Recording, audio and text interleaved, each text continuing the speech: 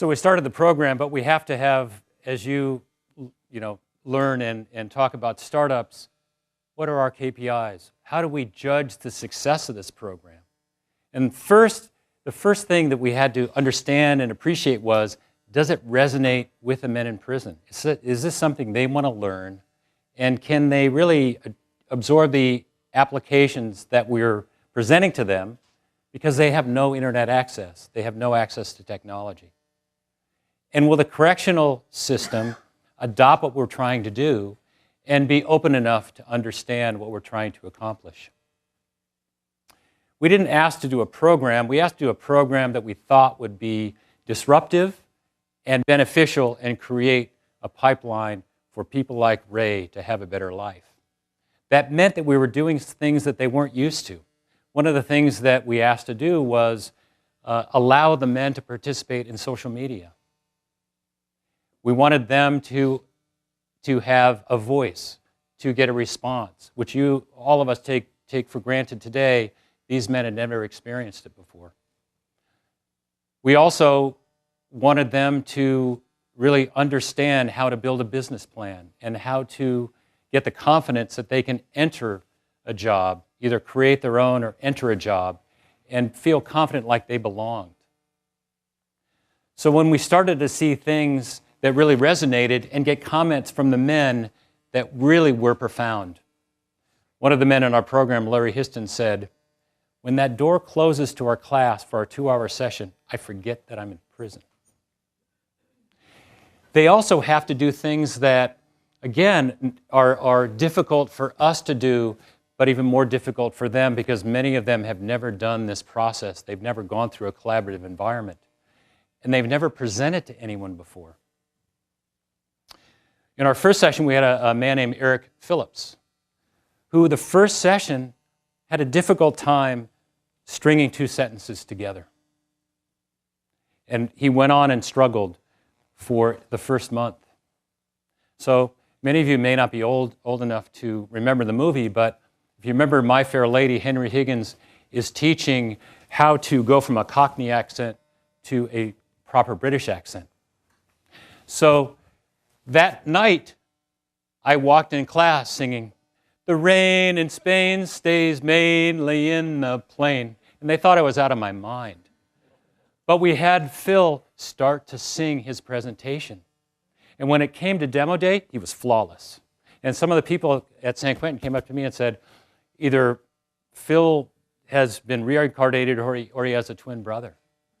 But that's a type of response that we needed to see that it really resonated. The second one was engagement.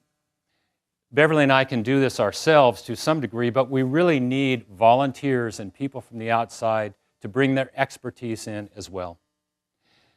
So, as we would in business, we try to find those key influencers in the market that would really help us to teach, but also to share the message.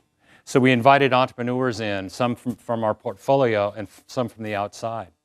And we also have a reading curriculum, and the first author we invited in was Guy Kawasaki. Guy came in, not only did he come in, he donated the books, and he was phenomenal. He said it was his most captured audience he's ever been in front of. So, Guy's been here before, so you can appreciate his sense of humor. But from then, we got Brian Solis, who many of you know is well known in the social media area for his writings. John Hamm, who wrote a book on leadership.